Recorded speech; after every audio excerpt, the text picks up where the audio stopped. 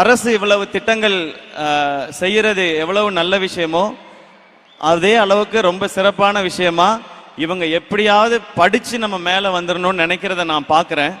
ஏன்னா கேடில் விழி செல்வம் கல்வி ஒருவருக்கு மாடல்ல மற்றை அவைன்னு திருவள்ளுவர் சொல்லியிருக்கிறாரு.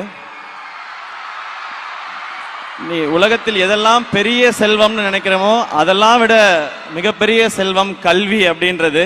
இங்கே நிறைய பேர் அவங்களுடைய லைஃப் எக்ஸ்பீரியன்ஸ் சொன்னாங்க. சாப்பாட்டுக்கு வந்து கஷ்டமாக இருந்தது, போயிட்டு வர பஸ் வசதி இல்லை, நடந்து போய் படித்தோம் அப்படின்னு சொல்லி.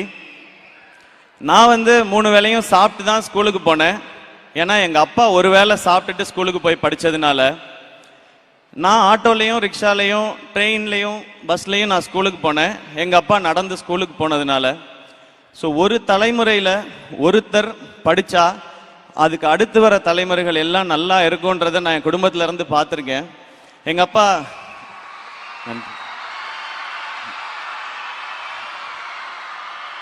அப்பா அவங்க வீட்டில் இருந்த வசதிக்கு அவர் நினைச்ச படிப்பை படிக்க முடியல, கிடைச்ச படிப்பு தான் படித்தாரு. அவர் 1 டிகிரி வாங்கினாரு. ஆனால் அவருடைய பையன் என்ன 2 டிகிரி படிக்க வச்சாரு, பிஇ எம்பிஏன்னு.